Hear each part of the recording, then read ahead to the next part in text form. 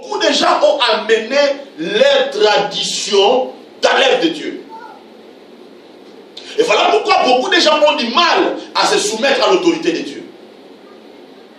Parce qu'ils sont face à leur tradition. Or, lorsque nous venons dans le Seigneur, il faut que la tradition meure et que la culture du royaume de Dieu nous définisse. Voilà pourquoi les apôtres ont dit, choisissez les gens remplis du Saint-Esprit et de sagesse. Les gens de bon, les gens qui auront un bon témoignage. Alléluia. Même dans nos maisons, parfois on se marie, mais on se marie parfois, on ne vient pas du même pays. Je crois que c'est le cas de nous tous aussi. Amen. Amen. Mais je ne peux pas amener ma tradition dans mon mariage.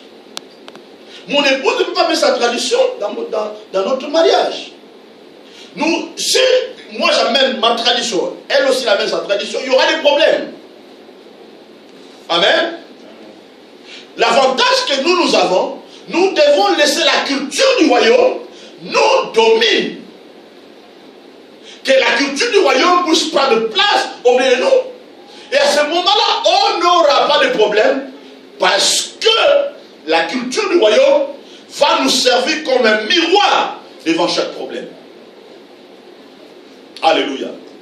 Deuxième qualité, l'humilité. L'humilité.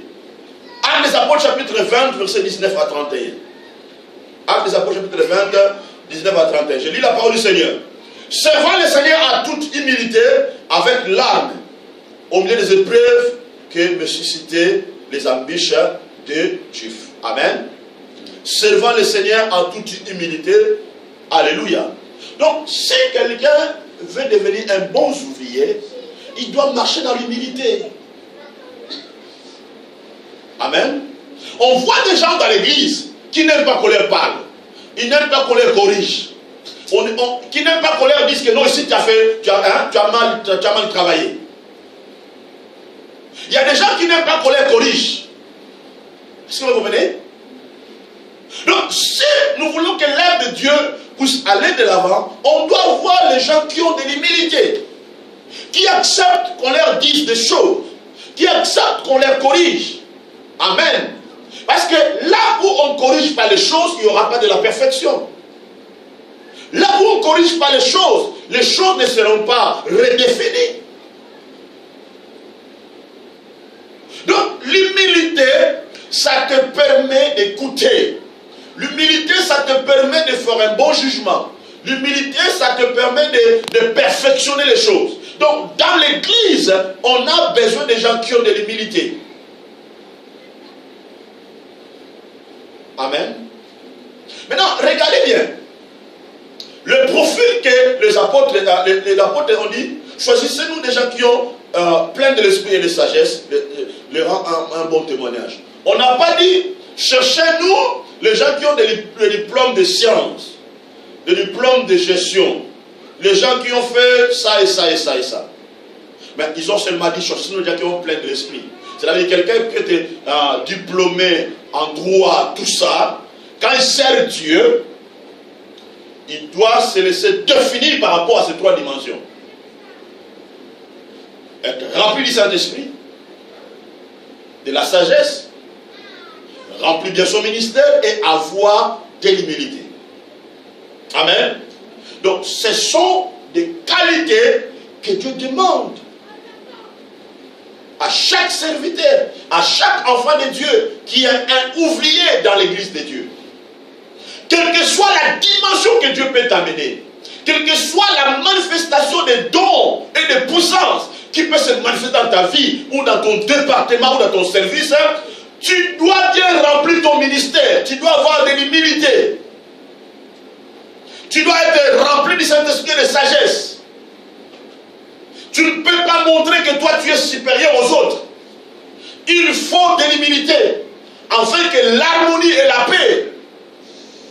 efficacité soit dans l'œuvre de Dieu, afin que l'Église ne puisse pas souffrir ou connaître les problèmes. Amen. Maintenant, regardez bien. Je vais vous ouvrir une pensée. Si Jean-Baptiste avait refusé de devenir un ouvrier dans le champ de Dieu, ce refus allait causer de graves conséquences. Amen. Si Jean-Baptiste avait refusé de devenir un ouvrier dans le champ de Dieu, ce refus allait causer de graves conséquences. Comment? Sans Jean-Baptiste, Jésus n'allait pas être baptisé. Est-ce que vous comprenez? Sans Jean-Baptiste, Jésus n'allait pas être baptisé. Alléluia. Sans Jean-Baptiste, Jésus n'allait pas être baptisé.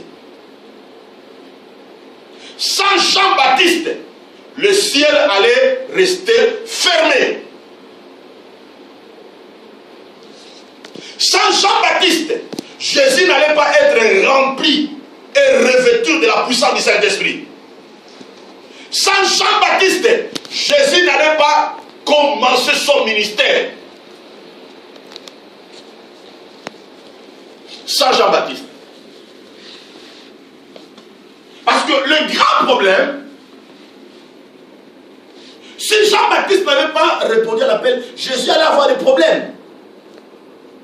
Parce qu'il était déjà né sous la terre. Il était déjà sous la terre. Et Jésus n'était pas venu sur la terre pour s'autoproclamer, ni pour être déclaré par le système religieux établi à Jérusalem. Amen. Donc Jésus n'avait pas le droit de s'autoproclamer, de dire que moi, je suis Dieu, je suis le Fils de Dieu. Parce que Jésus était venu sur la terre parce que Dieu avait préparé Jean-Baptiste. Vous comprenez? Parce que Jésus ne pouvait pas aller en Jérusalem chez le sacrificateur, tout ça, pour être baptisé, pour... Non. Dieu avait brisé les règles qui étaient établies à l'époque. Parce que normalement, Jésus devait être amené au temple. Il devait aller au temple. Mais Dieu avait préparé Jean-Baptiste comme un ouvrier. Écoutez-moi bien, bien-aimé. Si vous refusez d'être un ouvrier pour l'œuvre de Dieu, l'Église ou l'œuvre de Dieu allait connaître des problèmes, de graves conséquences. Voilà pourquoi je l'ai dit. Parce que beaucoup de gens ne comprennent pas. Lorsque tu ne t'engages pas, lorsque tu ne te donnes pas comme un ouvrier, lorsque tu ne manifestes pas le fruit, l'Église aura des problèmes. L'œuvre de Dieu aura des problèmes. Voilà pourquoi je dis, imaginez si Jean-Baptiste avait refusé de dire non, moi, je refuse de devenir un ouvrier pour le Seigneur. Cela allait causer des graves conséquences. Donc si nous refusons, si nous ne remplissons pas bien nos ministères, et si nous ne donnons pas comme des ouvriers dans l'œuvre de Dieu va connaître des problèmes. Va connaître des graves problèmes. Parce que nous refusons d'être des ouvriers. Alléluia.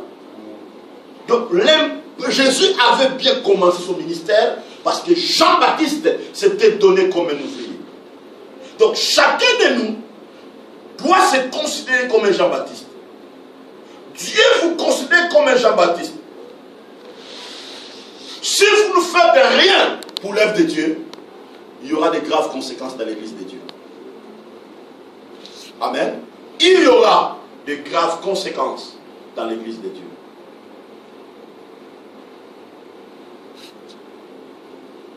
Troisième qualité, la sagesse. La sagesse. Deutéronome chapitre 34, verset 9. Deutéronome 34, verset 9. Je lis la parole du Seigneur.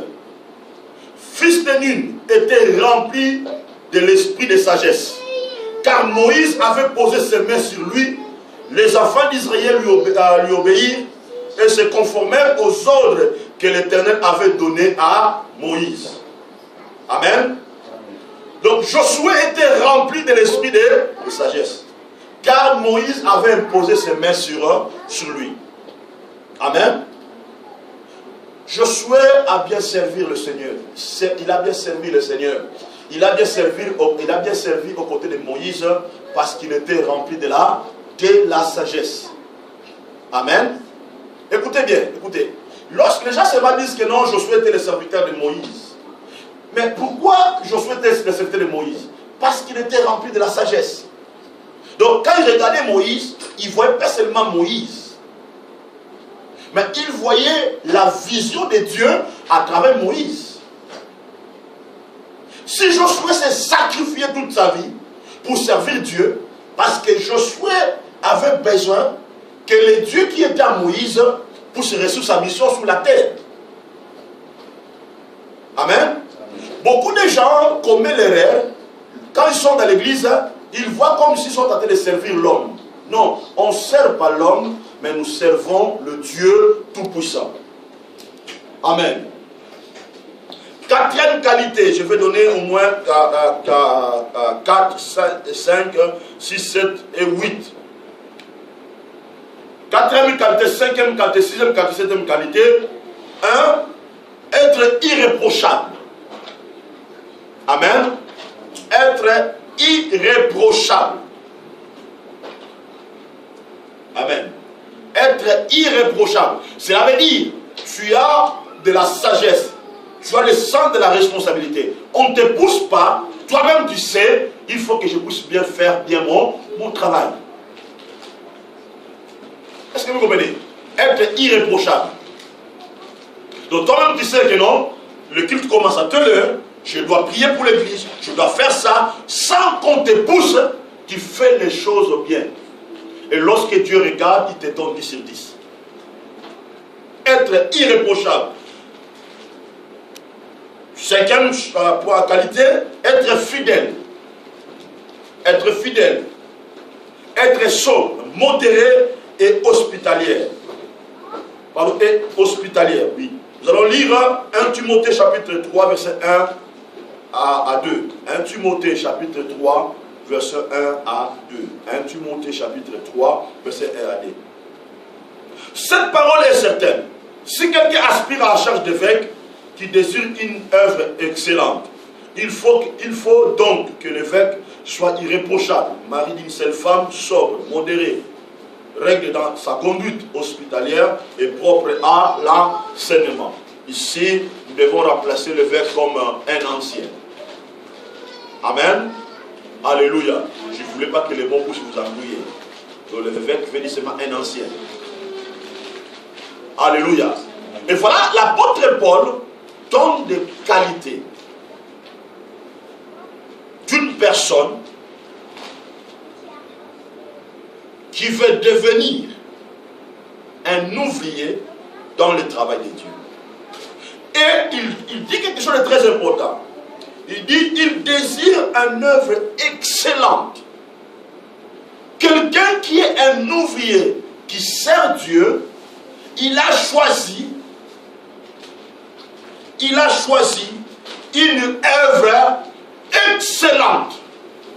Dimanche prochain, je dois vous expliquer pourquoi l'apôtre Paul a dit c'est une œuvre excellente. Amen. Je vous parlerai de bénéfices que nous recevons de Dieu étant que des ouvriers. Amen. Parce que, étant qu'un ouvrier, Dieu te rémunère spirituellement. Et la bénédiction que tu reçois dans la dimension spirituelle aura de l'impact sur ta vie physique.